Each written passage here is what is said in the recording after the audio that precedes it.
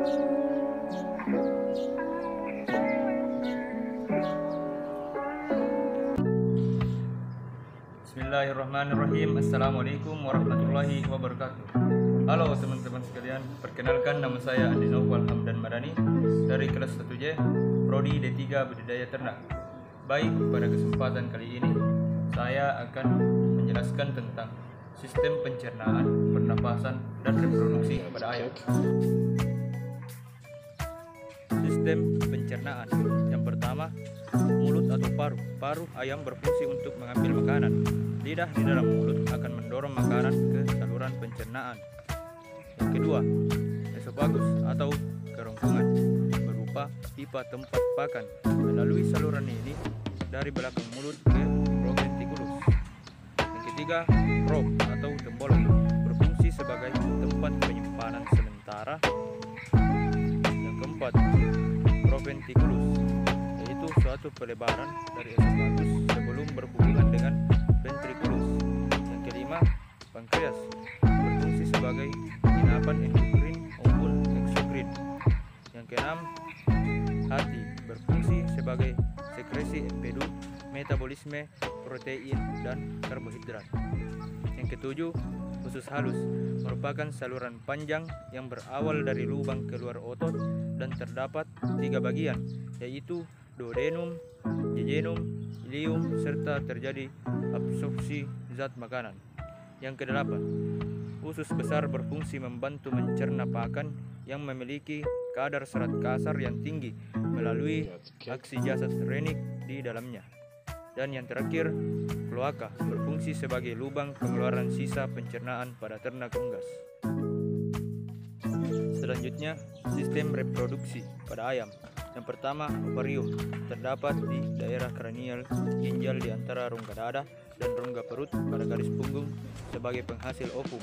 Terdiri dari kurang lebih 1500 molekul yang menempel pada permukaan ovarium dengan perantara tangkai yang tertanam di dalam jaringan ikat yang berpembuluh darah dalam ovarium. Yang kedua, oviduk merupakan saluran yang menghubungkan ovarium dengan vagina dan berakhir di kloaka. Fungsi dari oviduk yaitu sebagai saluran bagi spermatozoa menuju ke ovum untuk fertilisasi. Yang ketiga, infundibulum, yaitu merupakan bagian paling kranial atau depan dan teratas dari oviduk dengan panjang 9 cm. Berfungsi sebagai tempat ovulisasi, fertilisasi, dan pemasakan ovum.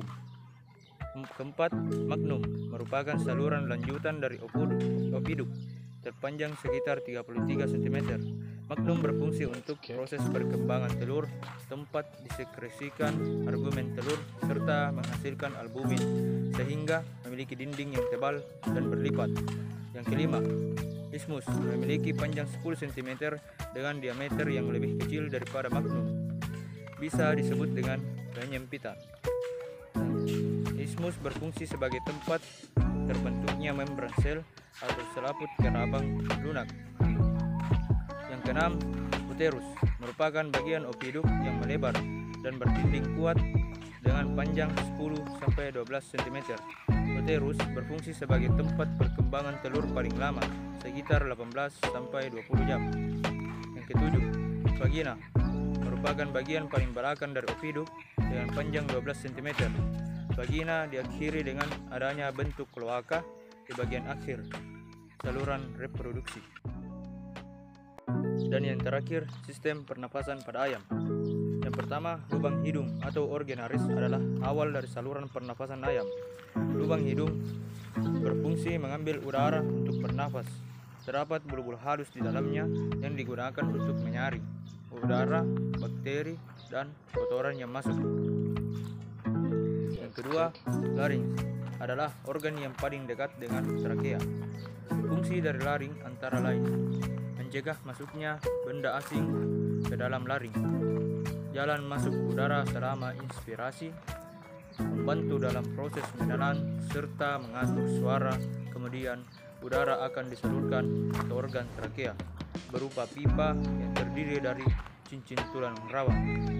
Trakea memiliki fungsi menyalurkan udara ke bronkus yang diteruskan ke paru-paru pada pangkal trakea. Pada pangkal trakea terdapat siring sebelum mencabang menjadi bronkus kanan dan bronkus kiri. Bronkus memiliki fungsi ganda yang memastikan kualitas udara yang masuk serta memastikan bakteri pembawa penyakit yang masuk. Yang keempat, paru-paru atau pulma yang terdapat di belakang jantung ayam dan dilindungi tulang yang membungkus rapih paru-paru. Fungsi paru-paru ayam sama dengan paru-paru pada umumnya, yaitu tempat pertukaran oksigen dan karbon dioksida.